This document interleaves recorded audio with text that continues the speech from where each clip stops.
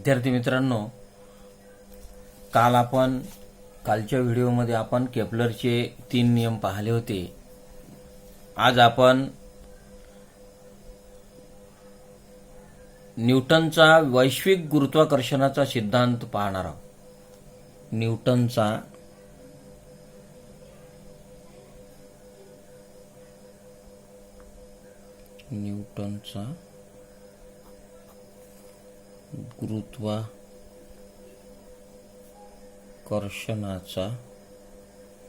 न्यूटनचा गुरुत्वाकर्षणाचा सिद्धांत.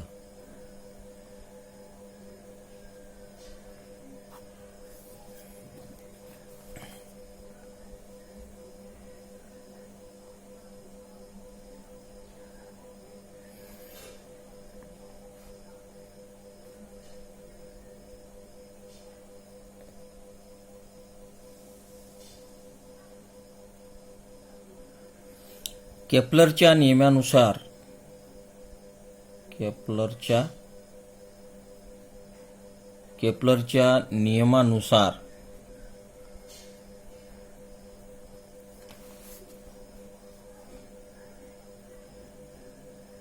न्यूटनने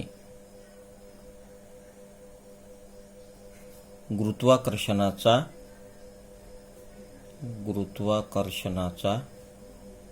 सिद्धांत मांडला.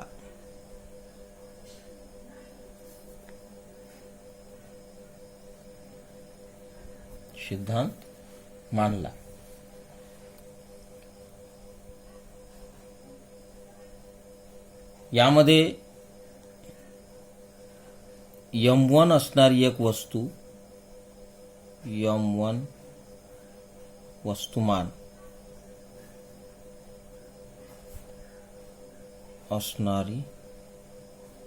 असणारी एक वस्तू m1 वस्तुमान असणारी एक वस्तू व m2 वस्तुमान असणारी दुसरी वस्तू.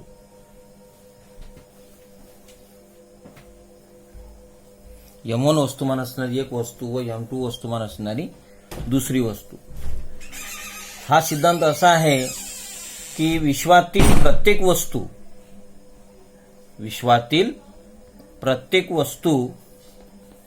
इतर प्रत्येक वस्तूला ठराविक बलाने आकर्षित करत असते. हे बल एकमेकांना आकर्षित करणाऱ्या वस्तूच्या वस्तुमानाच्या गुणाकाराशी समानुपाती आणि त्यामधील अंतराच्या वर्गाशी व्यस्तानुपाती असते. आता समजा m1 वस्तुमान असणारी एक वस्तू व m2 वस्तुमान असणारी दुसरी वस्तू. ह्या दोन्ही वस्तू समोरासमोर ठेवल्या. जसे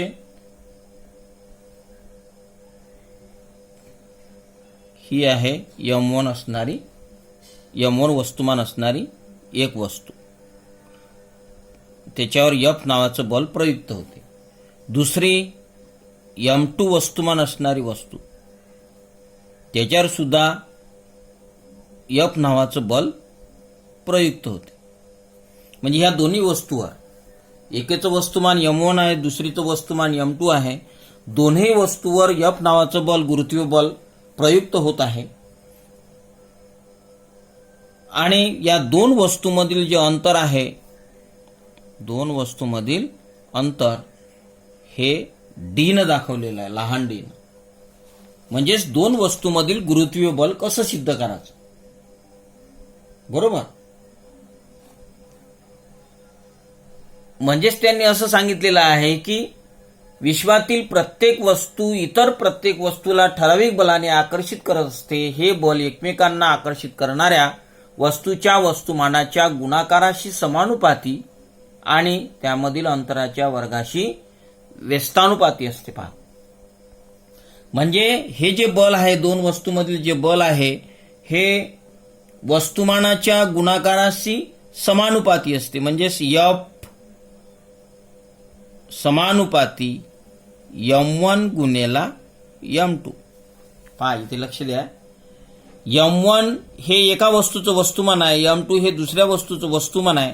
या दोन्ही वस्तूवर प्रयुक्त होणारं जे बल आहे F हे गुणाकाराच्या समानुपाती असते. पहा, M1 गुणेला M2 हे वस्तुमान आहे, वस्तुमानाच्या गुणाकाराच्या समानुपाती असते, नाही का, असं म्हटलेलं आहे.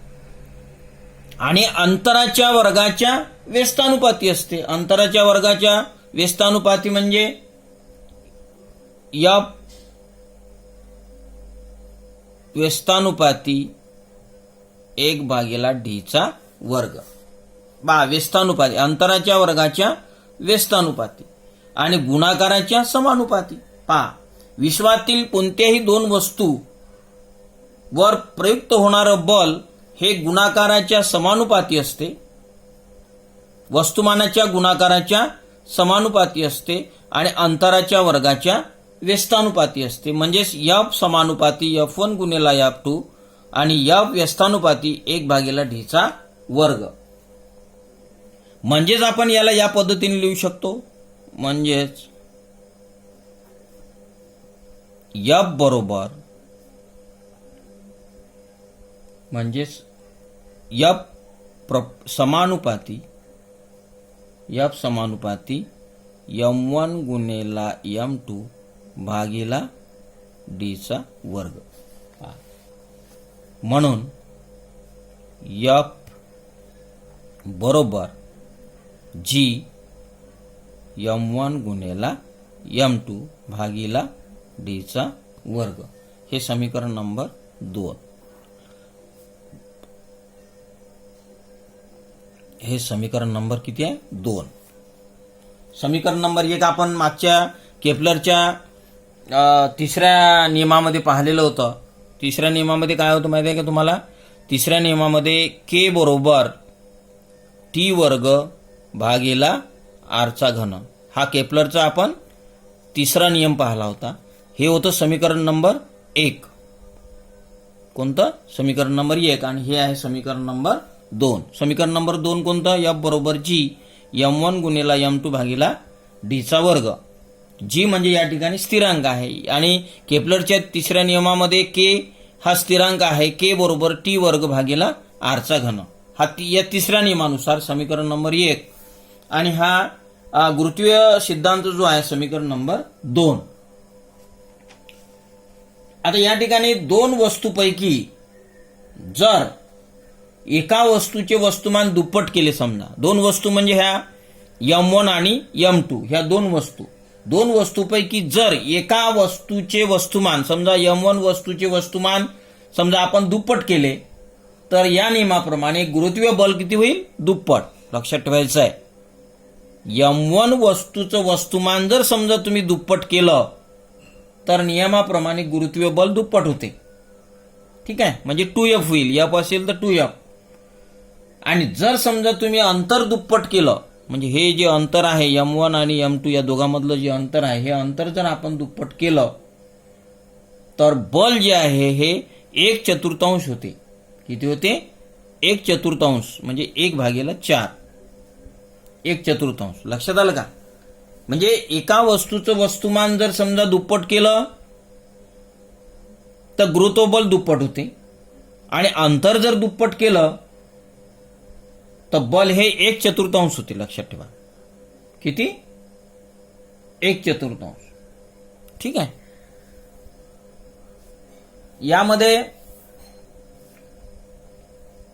दोन वस्तूपैकी जर एका वस्तूचे वस्तुमान दुप्पट केले तर या नियमाप्रमाणे त्यामधील गुरुत्वीय बल दुप्पट होईल. तसेच त्या दोन वस्तूमधील अंतर दुप्पट केले तर बल हे 1/4 होईल.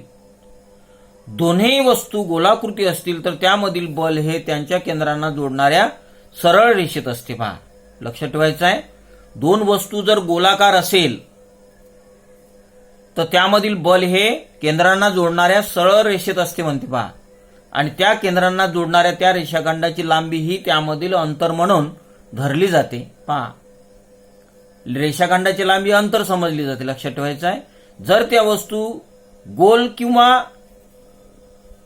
नियमित आकाराच्या नसतील तर बल त्याच्या वस्तुमान केंद्रांना जोडणाऱ्या रेषाखंडाच्या दिशेत असते व डी साठी त्या रेषाखंडाची काय घेतली जाते? लांबी घेतली जाते. म्हणजे डी ही त्याची काय असते, लांबी. लक्षात ठेवायचं आहे. समीकरण 2 वरून पहा, हे जे समीकरण 2 आहे, या समीकरण 2 वरून असे दिसून येते की जी चे मूल्य हे एकक वस्तुमान असलेल्या व एकमेकापासून एकक अंतरावर स्थित असलेल्या दोन वस्तूंमधील गुरुत्वीय बल मोजल्यास आपल्याला मिळेल. म्हणजेच एसआय एकक प्रणालीत म्हणजे एसआय पद्धतीमध्ये जी चे मूल्य 2 किलोग्रॅम वस्तुमान असलेल्या व एकमेकापासून 1 मीटर अंतरावर पहा 1 किलोग्रॅम वस्तुमान असलेल्या व एकमेकापासून 1 मीटर अंतरावर असलेल्या वस्तूमधील गुरुत्वीय बलाचे मूल्य एवढे असते. समजा एका वस्तूचं वस्तुमान 1 किलोग्रॅम जर असेल तर त्या दोन वस्तूमधलं जे अंतर आहे ते 1 मीटर असते. लक्षात ठेवायचं आहे. किती? 1 मीटर असते. म्हणजे गुरुत्वीय बलाच्या मूल्य एवढे असते. आता पुस्तकामध्ये थोडंसं पाहायचंय तुम्हाला. जरा डोके चालवा हे दिसत आहे तुम्हाला. पहा, जरा डोके चालवा. सिद्ध करा की एसआय एकक प्रणालीत जी चे एकक पहा, म्हणजे कॅपिटल जी चं जे एकक आहे ते कोणतं आहे माहिती आहे तुम्हाला? जी चे एकक न्यूटन मीटरचा वर्ग प्रति किलोग्रॅमचा वर्ग. पहा, लक्षात ठेवा. म्हणजे गुरुत्वीय बलाचं जे एकक आहे एसआय एकक पद्धतीमध्ये, म्हणजे एसआय पद्धतीमध्ये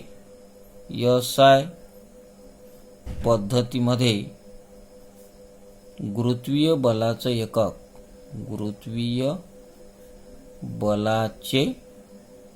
एकक कोणते राहील मग? न्यूटन मीटरचा वर्ग प्रति किलोग्रॅमचा वर्ग. हे लक्षात ठेवायचं आहे. आणि ते नेमके किती असते तर ते गुरुत्वीय बलाचे एकक असते 6.673 गुणेला 10⁻⁻11 न्यूटन मीटरचा वर्ग प्रति किलोग्रॅमचा वर्ग. हे लक्षात ठेवायचं आहे. म्हणजे हे कोण मोजलं? हेनरी कॅव्हेंडिशनं एसआय एकक प्रणालीत ते जे एकक आहे एसआय एकक प्रणालीत ते 6.673 गुणिले 10⁻11 न्यूटन मीटर प्रति किलोग्रॅमचा वर्ग आहे असं त्यानं सिद्ध केलं. एखाद्या वस्तूचे वस्तुमान केंद्र हे त्या वस्तूच्या आतील किंवा बाहेरील तो बिंदू असतो ज्यामध्ये वस्तूचे सर्व वस्तुमान केंद्रित असते असे मानू शकतो. एक समान घनता असलेल्या गोलाकृती वस्तूचे वस्तुमान केंद्र गोलाचे भूमितीय केंद्र असते. पहा, कोणत्याही समान घनता असलेल्या वस्तूचे वस्तुमान केंद्र त्याच्या मध्यवर्ती बिंदूवर असतो. हे लक्षात ठेवायचं आहे. गुरुत्वाकर्षणाचा नियम सांगताना बल हे अंतराच्या वर्गाच्या व्यस्त प्रमाणात असल्याचे प्रतिपादन न्यूटनने कशाच्या आधारे केले हे लक्षात ठेवायचं आहे.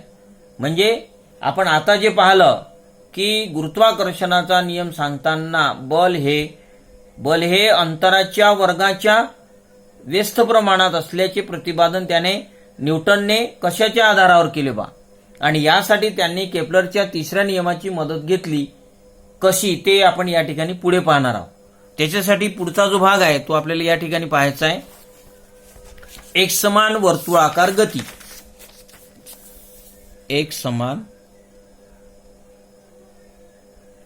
एकसमान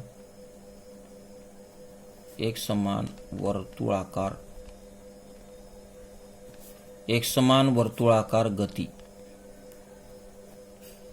एकसमान वर्तुळाकार गती आणि अभिकेंद्री बलाचे परिणाम. अभिकेंद्री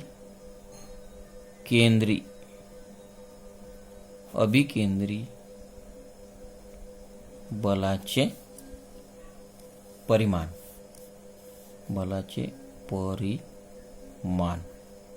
ठीक आहे. एकसमान वर्तुळाकार गती पाहू आपण आणि अभिकेंद्री बलाचे परिमाण.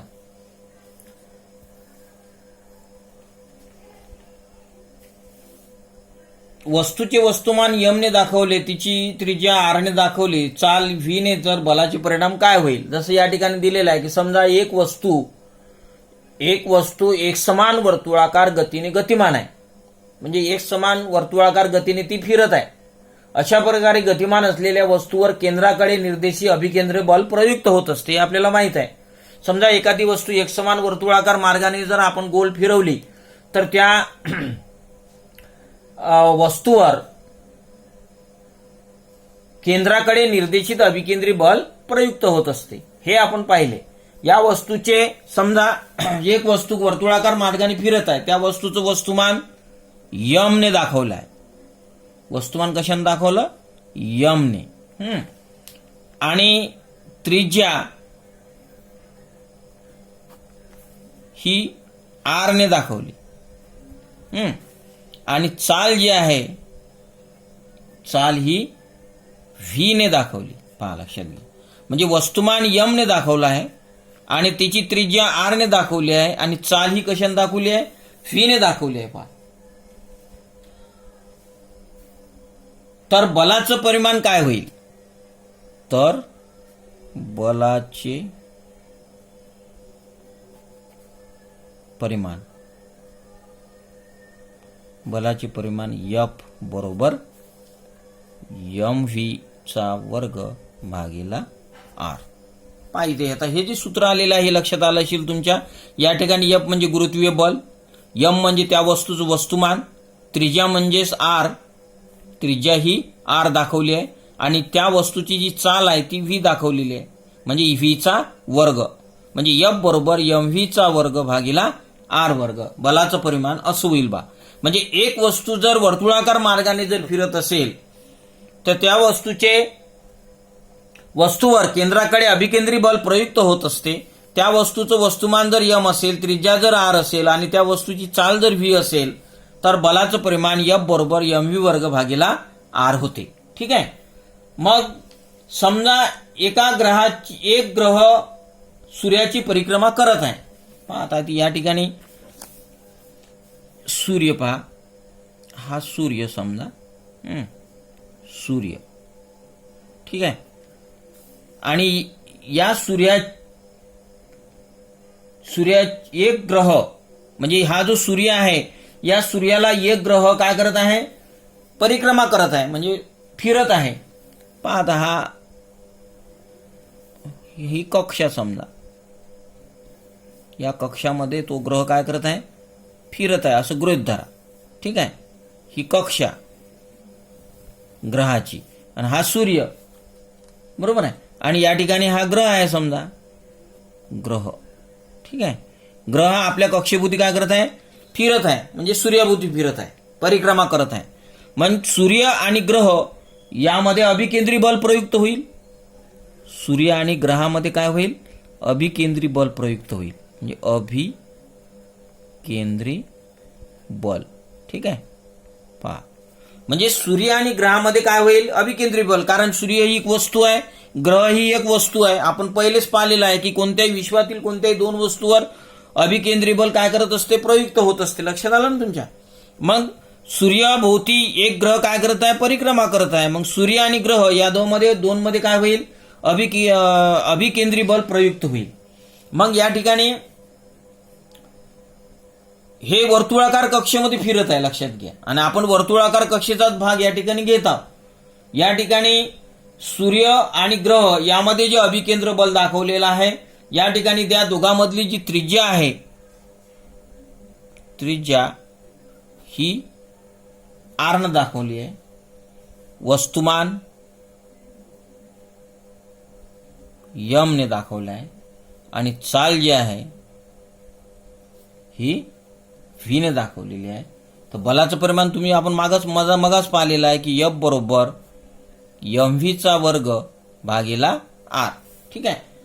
मग आणि लागणारा वेळ म्हणजे त्या ग्रहाला परिक्रमा करण्यासाठी लागणारा वेळ म्हणजे ज्याला आपण आवर्तकाल म्हणतो, आवर्तकाल.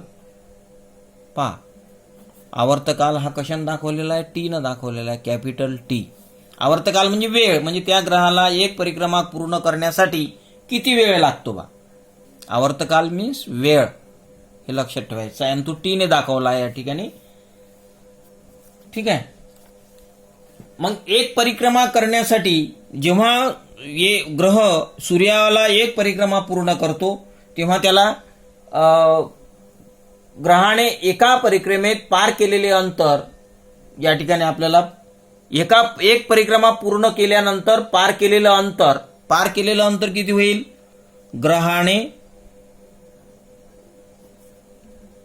एक परिक्रमा पूर्ण केल्यानंतर एक परिक्रमा पूर्ण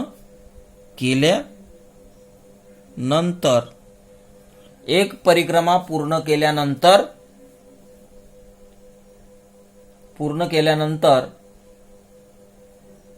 काय होईल? अंतर होईल. अंतर बरोबर कक्षेचा परिघ. अंतर बरोबर कक्षेचा परिघ. परिघ लक्षात आला का तुमच्या? अंतर म्हणजे हे जे सूर्य आणि ग्रह या दोघांमधलं अंतर, ही परिक्रमा जेव्हा तो पूर्ण करेल, म्हणजे या अंतरातूनच परिक्रमा पूर्ण करेल ना तो, तर म्हणजे ही जी परिक्रमा पूर्ण करेल म्हणजे कक्षेचा परिघ होईल. हा तुम्हाला माहित आहे, वर्तुळामध्ये हा जो वर्तुळाचा पूर्ण हे असतो भाग, त्याला परिघ म्हणतो आपण. सूर्य आणि ग्रह या दोघांमधलं जे अंतर आहे ते अंतर तर लक्षात आलंच तुमच्या, की सूर्य ग्रहाने एक परिक्रमा पूर्ण केल्यानंतर अंतर बरोबर कक्षेचा परिघ, म्हणजे हा जो पूर्ण आहे हा परिघ होईल. मग अंतर बरोबर कक्षेचा परिघ होईल. मग या ठिकाणी परिघ बरोबर, तुम्हाला माहित आहे गणितामध्ये परिघ बरोबर 2πr. ठीक आहे, परिघ बरोबर 2πr. कक्षेचा परिघ 2πr.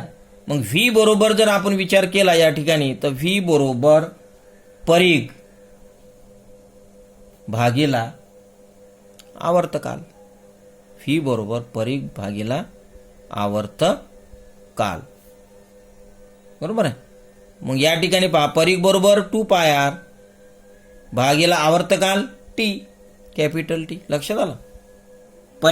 परिघाचं सूत्र काय आहे? परिघ बरोबर 2πr. जर समजा त्या ग्रहाची चाल जर आपण विचारात घेतली, तर ग्रहाची चाल व्ही बरोबर परिघ भागीला आवर्तकाल. परिघ किती दिलेला आहे? 2πr, आणि आवर्तकाल किती आहे? T, capital T. ठीक आहे. म्हणून एफ बरोबर mv चा वर्ग भागीला आर बरोबर. आता या ठिकाणी आपल्याला किंमत टाकावी लागेल.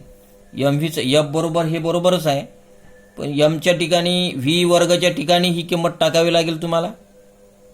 बरोबर आहे. व्ही बरोबर 2πr भागीला टी, म्हणजेच एफ बरोबर डायरेक्टच लिहिता येईल तुम्हाला यम कंसामध्ये व्ही चा वर्ग म्हणजेच किती होईल? 2πr भागीला टी चा वर्ग. 2πr भागीला टी कंसाचा वर्ग.